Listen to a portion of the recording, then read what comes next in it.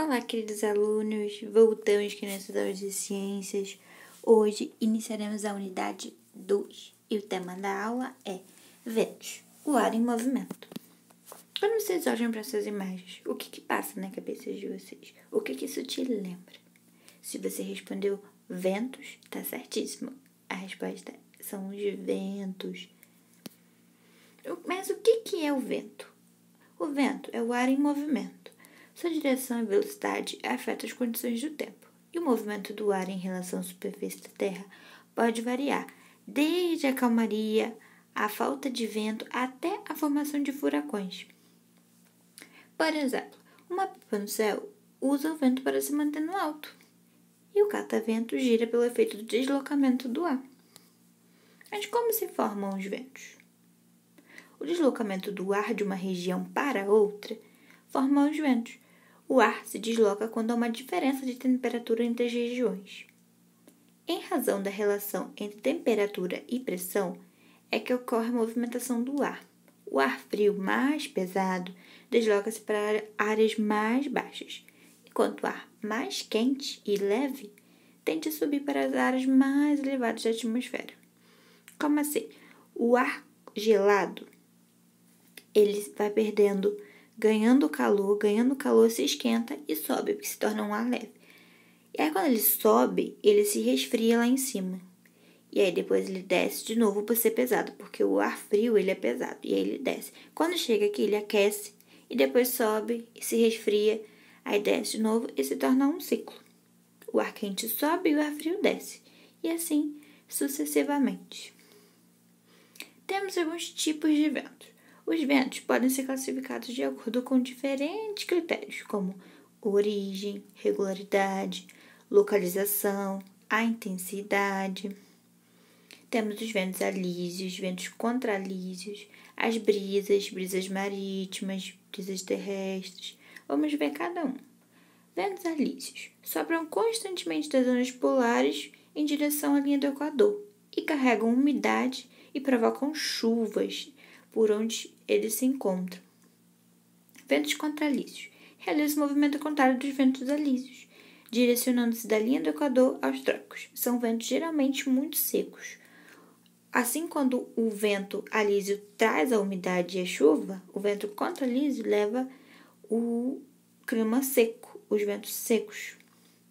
Temos também as brisas, que são ventos repetitivos que sopram do mar para o continente durante o dia ou do continente para o mar durante a noite. Brisas marítimas são correntes de ar que surgem em regiões litorâneas e possuem dois sentidos possíveis, do mar para a areia, durante o dia, e é chamado de brisa marítima, ou seja, está vindo uma corrente de ar do mar para a areia. Durante a noite, essa corrente de ar volta do continente para o mar, e aí é chamado de brisa terrestre. Quando vai do mar para o continente, brisa marítima. Quando vai do continente para o mar, brisa terrestre.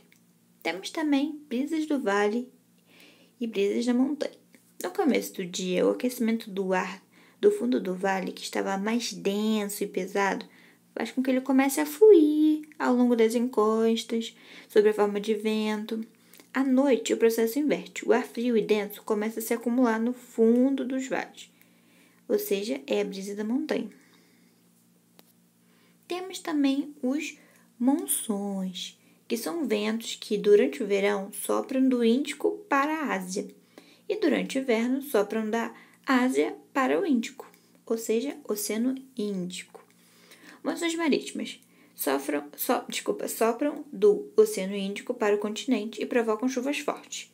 E monções continentais sopram do continente para o Oceano Índico, provocando as secas. É basicamente o esquema da brisa marítima e brisa terrestre. Quando sopra de um lado, traz chuva. Quando sopra do outro, traz seca.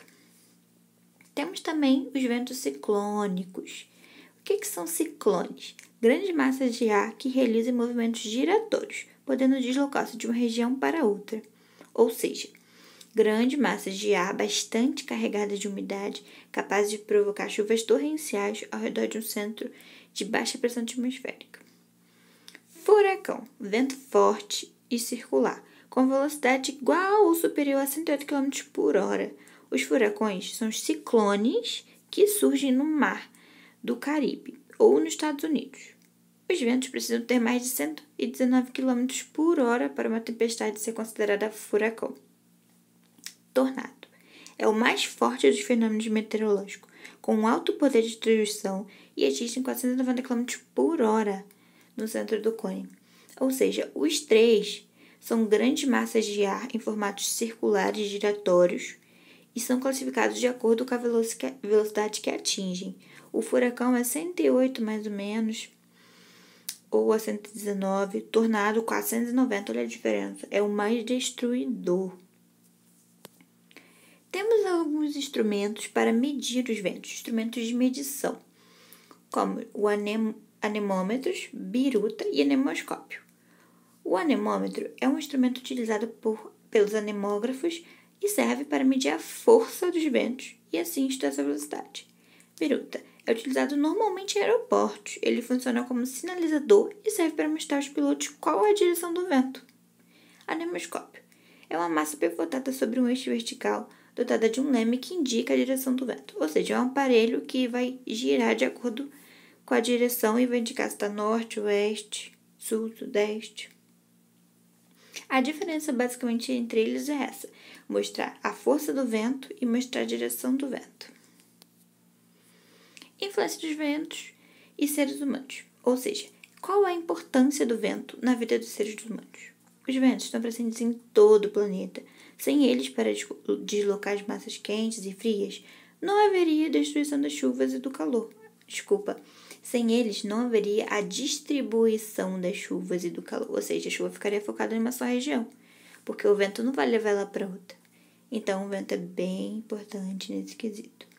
Os ventos influenciam os ecossistemas, ele altera algumas paisagens, forma as dunas das áreas desérticas e é fundamental, muito importante, na dispersão de sementes pelo ambiente, que auxilia na reprodução de vegetais. Ou seja, essa questão é a mais importante, a dispersão de sementes pelo ambiente. Muito importante mesmo.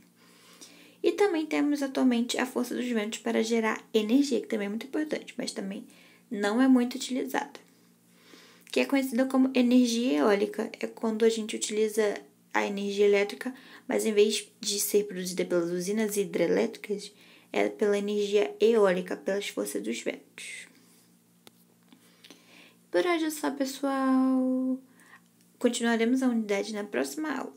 Realize o exercício da página 325 e 321. Qualquer dúvida, me mandem na plataforma. Um beijo e até a próxima aula.